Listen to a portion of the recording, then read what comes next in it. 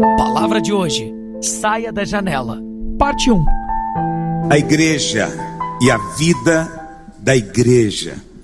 E como isso é tão sublime e tão importante. Vivemos uma geração que tem desprezado a vida da igreja. Acreditam, já ouvi, tem um cantor muito famoso que se diz cristão, mas ele diz que não é da igreja. Então ele se diz de Jesus, mas diz que não é da igreja, porque ele acredita que Jesus é relevante, mas a igreja é algo ultrapassado. A gente ouve muito também irmãos que acreditam que esse tempo de termos comunhão, de estarmos reunidos como igreja, já não é mais importante. O que importa hoje é a internet, aquilo que é feito de maneira virtual. Essas coisas todas têm acontecido para diminuir a importância da igreja. Você vai olhar na internet, tem muitos pregadores, muita gente falando coisas, mas é impressionante como falam de maneira negativa a respeito da igreja. Mas eu quero que nós, como igreja, tenhamos um pensamento divino a respeito do corpo de Cristo. Você não pode ser negativo para com a noiva e esperar o elogio do noivo. Você não pode ser indiferente, crítico em relação ao corpo, achando que vai agradar a cabeça. A igreja está unida a Cristo. Nós somos um só corpo com Ele. Nós estamos declarando isso diante do mundo espiritual. Você não é um membro isolado. Você é um membro que está vinculado no corpo. E cada vez que nos reunimos, há uma vida santa, divina, liberada sobre nós. Isso acontece tanto na célula, quanto em outras reuniões corporativas da igreja. Aquilo que nós experimentamos aqui juntos, Deus reservou só para quando estamos reunidos. É muito importante você buscar a Deus na sua casa, fechar a porta do seu quarto, ajoelhar, invocar o nome do Senhor, ler a palavra, adorar o Senhor. Você vai ser abençoado ali, sozinho na presença de Deus. Há uma unção nesse momento, mas existe uma outra unção que só é liberada no momento em que nós estamos reunidos aqui. Você chega de uma maneira, mas a unção limpa você, a unção lava você. E quando você vai embora diferente como chegou. Porque a presença de Deus é algo que só experimentamos aqui. Quantos dizem amém sobre isso? Tem sido tão precioso. Os irmãos, às vezes, se acostumam com as coisas. A gente se acostuma, não é? A gente se acostuma. Eu recebi um testemunho de uma pessoa, eu mandei para os pastores, e é um casal que nem é evangélico, nem são de outra igreja evangélica. E ela diz, na mensagem que ela me mandou, que eles resolveram vir para a igreja. Ele não explica por quê, decidiram vir na reunião, domingo de manhã. E ela contando que a partir do momento que eles começaram a vir, que ela entrava pela porta, que ela sentava aqui no banco, ela sentia uma vontade irresistível de chorar na presença de Deus. E quando o louvor começava, aí ela chorava mais ainda. E ela ficou pensando que tinha algo errado com ela. Por quê? Porque as pessoas ao redor estavam tudo normal, né? Uns olhando para o celular, outros conversando, alguns cantando, tá todo mundo normal. Mas ela estava sentindo algo. Ela disse na mensagem que ela nunca sentiu na vida. Ela não sabe dar nome, mas ela sentiu a presença da unção do Espírito Santo entre nós. Algo que ela não tinha, ela percebeu. Depois que você acostuma um pouco, você acha normal, ok? Mas, preste atenção, cada vez que nos reunimos, há uma medida de graça, de unção e de vida liberada sobre nós. Venha nesse Espírito. Quantos dizem amém? Então pegue sua Bíblia, lá em Atos, capítulo 20. Vamos ler do verso 6 até o verso 12. Depois dos dias dos pães asmos, navegamos de Filipos, e em 5 dias fomos ter com eles naquele porto, onde passamos uma semana. Passou quanto tempo lá, irmãos? Uma semana esperando o quê? O primeiro dia da semana. Então, veja, verso 7. No primeiro dia da semana, então, Paulo chegou, provavelmente na segunda-feira, e ele ficou a semana inteira esperando o domingo chegar. Estando nós reunidos com o fim de partir o pão, então a igreja estava reunida para quê, meus irmãos? A igreja estava reunida com o fim de partir o pão. Paulo, que devia seguir viagem no dia seguinte, exortava-os e prolongou a pregação até que hora, meus irmãos? Aleluia! Eu louvo a Deus que esse problema de passar da hora é apostólico. Mas Paulo passou da hora. Eu estou bem acompanhado. Eu não sei que hora que começou a reunião. A Bíblia não fala que hora que começou. Ok? Mas fala que ele pregou até meia-noite. Mesmo naquela época não era normal isso, tá bom? Não era normal pregar até meia-noite, mas Paulo fez isso. E havia muitas lâmpadas no cenáculo onde estávamos reunidos. Tinha muita o quê, meus irmãos? Luz, tinha muita luz. Um jovem chamado Eutico, que estava sentado numa janela. Como era o nome dele? Ele estava sentado aonde? Puxa vida, por isso que não tem janela nesse prédio, você não ficar atento a nada lá fora. Adormecendo profundamente durante o prolongado discurso de Paulo. Estou consolado de novo. Não é só diante de mim que os irmãos dormem. Paulo era o maior pregador. Eu diria que nesses 2000 anos de igreja ninguém teve revelação como a de Paulo. Acho que todo mundo estava ansioso para ouvir a palavra, a revelação, mas tinha gente dormindo, ok? Dá uma olhadinha para o seu lado, fala, irmão, não durma. Mas tem irmão que dorme. E tinha um irmão, mas ele tinha um problema. Quando ele dormia, ele virava o olho. Já viu quando a pessoa fica um olho branco na sua frente? E eu ficava assustado. Eu estou pregando, de repente o irmão vira o olho, eu falo, o que será que é isso? Então, veja que maravilha. Teve uma outra irmã, uma irmã preciosa, que ela se converteu e ela tinha um problema de insônia. Ela não dormia. Ela dizia, pastor, eu deito às vezes 10, 11 horas da noite, só vou dormir 4 horas da manhã e só durmo 2 ou 3 horas. E aí ela veio para a igreja, se batizou, se converteu, e ela começou então a me ouvir. Que hora? Na hora de dormir. E ela falou, pastor, é o seguinte, eu ligo o CD, 10 minutos, estou em sono profundo. Aí eu falei, eu não sei se eu digo aleluia, não sei se eu digo misericórdia, mas ela falou, agora eu só durmo, a sua voz me faz dormir. Poxa vida, aleluia. Só quem tem insônia sabe o tanto que é horrível ter insônia, não é? Então, eu estou consolado mais uma vez. Paulo, ele tinha um problema como eu, passava da hora. E também tinha gente na igreja que dormia. Oh, que coisa, não é? E a Bíblia fala então que ele caiu do 3º andar abaixo e foi levantado morto. Descendo, porém, Paulo inclinou-se sobre ele e abraçando-o disse, não vos perturbeis, que a vida está nele. Subindo de novo, olha que coisa, meia-noite, o irmão cai da janela. Eles estavam reunidos em qual andar, irmãos? 3º andar. 3º andar, porque eu imagino, porque no último andar não tem colunas, então por isso que estavam lá. O irmão caiu do 3º andar. A Bíblia fala que Paulo desceu, foi lá, orou com ele, ele voltou a viver. O que Paulo fez depois? Acabou a reunião? Se fosse eu, acabaria a reunião? Acabaria. Se fosse eu falar, gente, amém, já entendi a mensagem, né? Eu não quero trazer risco para a vida de ninguém.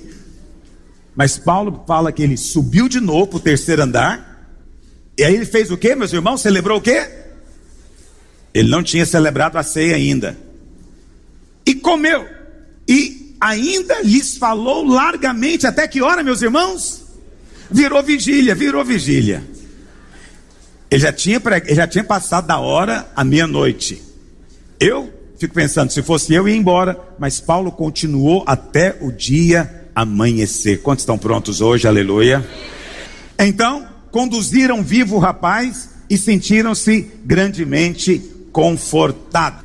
Volta lá para o verso 6. A palavra do Senhor diz que depois dos dias dos pães asmos, Paulo navegou de Filipos e durante 5 dias ele navegou e foi ter com os irmãos naquela cidade. Aqui não está dizendo ainda, mas é a cidade Troade ou Troas, ou se você gosta de história, também chamada de Troia. Já ouviu falar na cidade de Troia? Lembra do cavalo de Troia? Então essa era uma igreja que se reunia nessa cidade, na nossa Bíblia chamada de Troas ou Troade, mas é a mesma cidade de Troia, uma cidade grega. Verso 7, no primeiro dia da semana. Então a primeira coisa a respeito da igreja que você precisa entender é isso: existe a velha criação e a nova criação.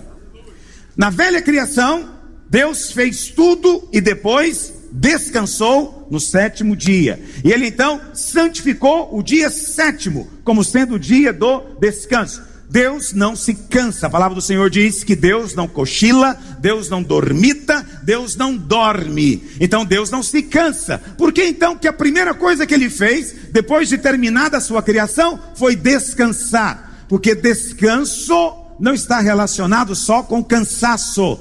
Descanso também está relacionado com desfrute. Uma vez que o propósito de Deus é cumprido, uma vez que aquilo que Deus planejou ter vem à luz, e Deus nesse caso queria o homem e a mulher, Deus então descansa, ou seja, Deus para desfrutar do homem e da mulher, ok? Porque Deus queria ter família. Esse é o descanso. Mas Deus santificou o dia 7º. Você hoje acha uma coisa normal, mas isso era o que diferenciava o povo judeu de todos os povos que existiam naquela época. Nenhum povo, nenhuma religião tinha um dia separado entre 7. Não existia isso. O único povo que tinha um dia de descanso era os judeus. Então qualquer outro povo, romano, grego, qualquer povo que existisse naquela época, trabalhavam todos os dias de sol a sol. Menos o judeu, porque ele descansava, ok? Então, a vontade de Deus é que continua sendo até hoje que você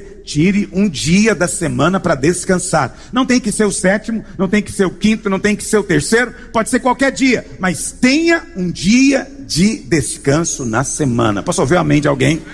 É claro, estou falando de descanso físico, mas é óbvio que esse descanso, ele também era profético. Aí, no Novo Testamento, na nova criação, o dia do descanso não é mais o 7º, mas tornou-se o 1º, ok? Por quê? Porque foi no 1º dia da semana que o Senhor Jesus ressuscitou. E quando ele ressuscitou, diz Paulo, nós recebemos nova vida. E essa nova vida é chamada de nova criação. Então olha como funciona. Na velha criação, você trabalhava 6 dias para descansar no 7º. Na nova criação, você começa no descanso. Você descansa o 1º dia e agora no descanso você vai trabalhar os outros 6 dias. Está entendendo o que eu estou dizendo? Na velha criação, trabalhava-se para descansar. Na nova criação, nós descansamos e do descanso saímos para trabalhar. Isso significa o quê? Que hoje, na vida da igreja, nós somos chamados para viver no descanso. A vontade de Deus é que como igreja vivamos no descanso. Mas nunca confunda descanso com passividade, com a postura do tipo, não tenho que fazer coisa alguma. Jesus morreu para eu ficar pescando toda semana, ir para a praia, para eu ver televisão, Netflix, TV a cabo. É para isso que ele morreu na cruz. Não, preste atenção. Nada disso, não tem problema nenhum você fazer essas coisas. Mas não confunda, o descanso de Deus vai além do seu corpo, tem que atingir a sua alma. Tem gente que dorme o dia inteiro, mas quando acorda, o seu estômago está apertado, o seu coração está apertado, a sua mente está turbulenta, ele não tem descanso na alma. A vontade de Deus é que como filhos de Deus vivamos no descanso. O crente que vive no descanso, o crente que é feliz, mesmo no meio dos problemas. Por quê? Porque quando Deus manda você descansar, Ele está falando o que para você? Aquietai-vos e sabei que eu sou, ou como ele falou para Josafá, fiquem quietos e vejam a salvação que o Senhor vai fazer. Então quando você descansa, está dizendo, Deus, trabalha no meu lugar. Porque as coisas funcionam assim no mundo espiritual. Se você quer fazer, Deus para. Mas se você descansa, Deus trabalha por você. Então descanse no Senhor, descanse o seu trabalho no Senhor. Preste atenção, eu estou aqui pregando. Eu estou pregando no descanso. Eu não subo aqui angustiado. Essa noite eu não perdi sono pensando no que eu iria pregar. Essa semana eu não fiquei angustiado pensando, meu Deus, vou pregar nessa igreja. Esses irmãos são tão ávidos. Toda semana eles querem uma palavra, uma revelação. Meu Deus, o que vai ser de mim? Não, eu vivo em perfeita paz no descanso do Senhor. E a cada semana Ele me supre. E quando eu chego aqui, há um novo suprimento de graça, de unção sobre mim. E a obra de Deus acontece. Não às custas da minha energia física. Deus não precisa da minha energia, Ele é todo poderoso. Eu é que dependo do poder dEle. Posso ouvir amém de alguém? Então viva no mesmo princípio. Eu não vou parar de servir a Deus em nome do descanso. Não, eu vou servir a Deus no descanso. Eu não vou parar de liderar uma célula porque agora eu entendi o descanso. Não, descanso não é inatividade, passividade. Não, descanso é que te permite ser mais frutífero. Na verdade, o verdadeiro fruto espiritual procede do descanso. Líderes que são descansados, líderes que vivem uma vida alegre, que são felizes, chegam na célula alegre, a célula dele cresce sem ele ter que fazer nada. Essa é a promessa do Senhor. Quantos dizem amém? A palavra do Senhor diz que eles se reuniam no primeiro dia da semana. Isso é importante, porque nos primórdios da igreja, a maior parte dos irmãos eram judeus. Então eles ainda guardavam o sábado. Por isso, no começo do cristianismo, era normal guardar o sábado e o domingo. Mas à medida em que a igreja foi crescendo em revelação e entendimento, ela passou a reunir apenas no domingo. Eu falo como igreja na cidade. Paulo ficou uma semana em Troade. Com certeza ele foi na casa de vários irmãos. Havia igrejas, havia células, grupos que se reuniam nas casas. Paulo deve ter partido o pão em muitas dessas casas. Mas Paulo ficou esperando o primeiro dia da semana.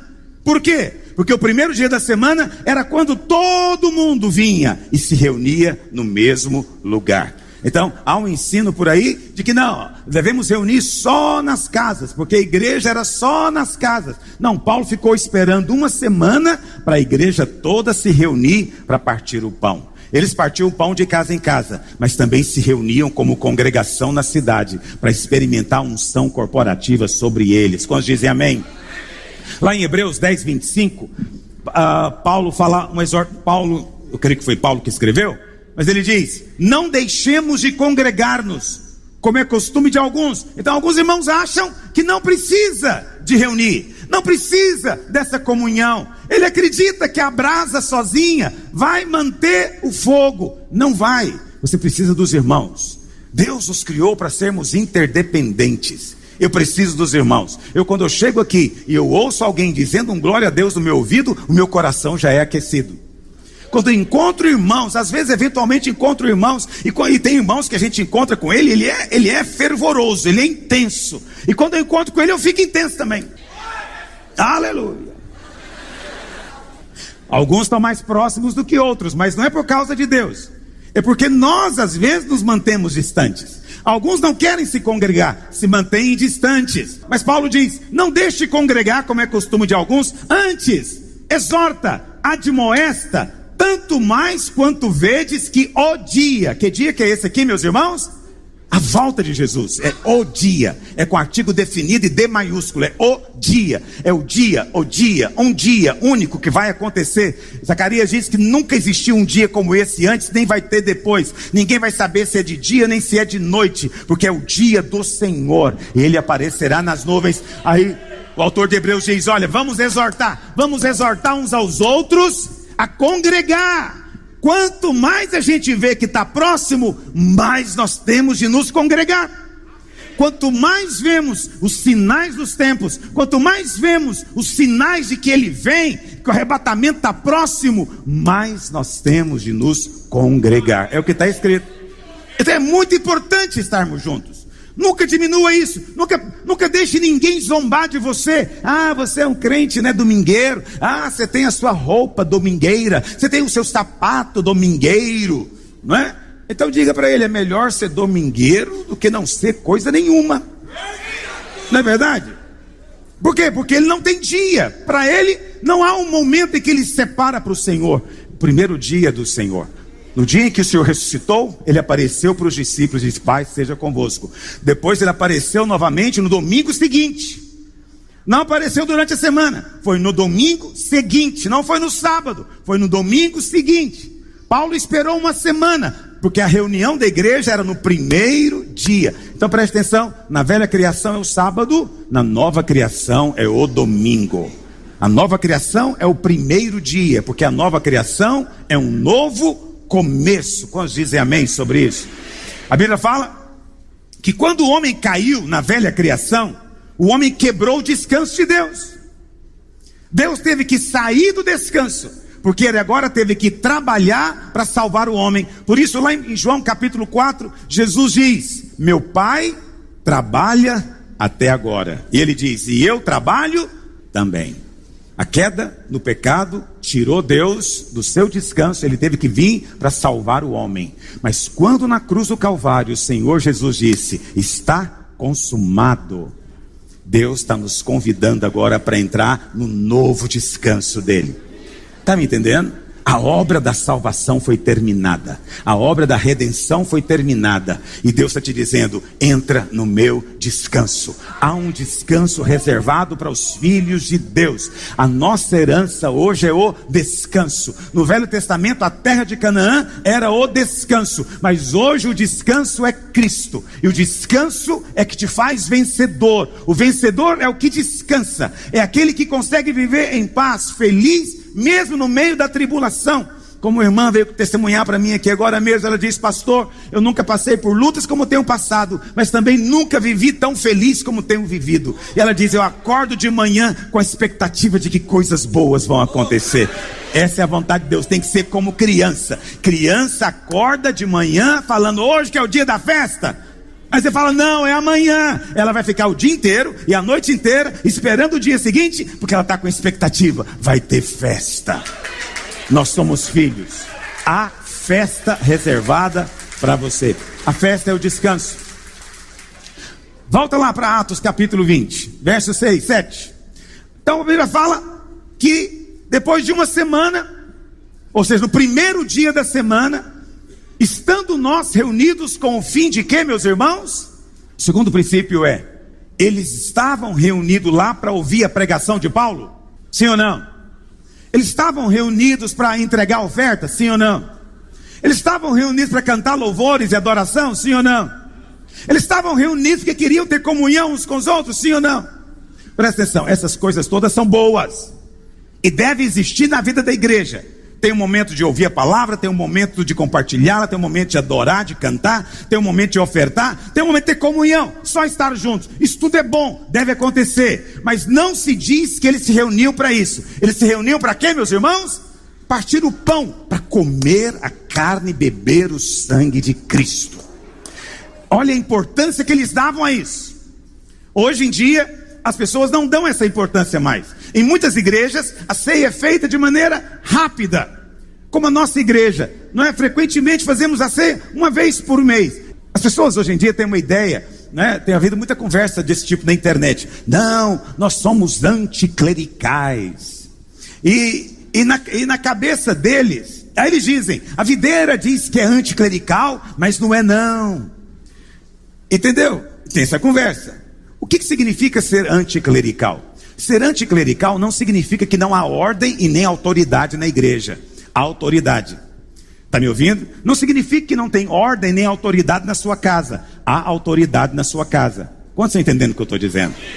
Mas significa que todos nós temos acesso como sacerdotes à presença de Deus. Nós não precisamos da intermediação de homem nenhum para adorar a Deus. Porque igreja, por definição, é dois ou... Quando houver 2 ou 3 reunidos em meu nome, ali estou no meio. Então lá não fala 1, lá fala 2 ou 3. Então sozinho não, chama alguém, chama um irmão, venha partir o pão. Partir o pão é fundamental. Então eles estavam reunidos com o fim de partir o pão. Quantos dizem amém? Apresentação: pastor Aloísio Silva.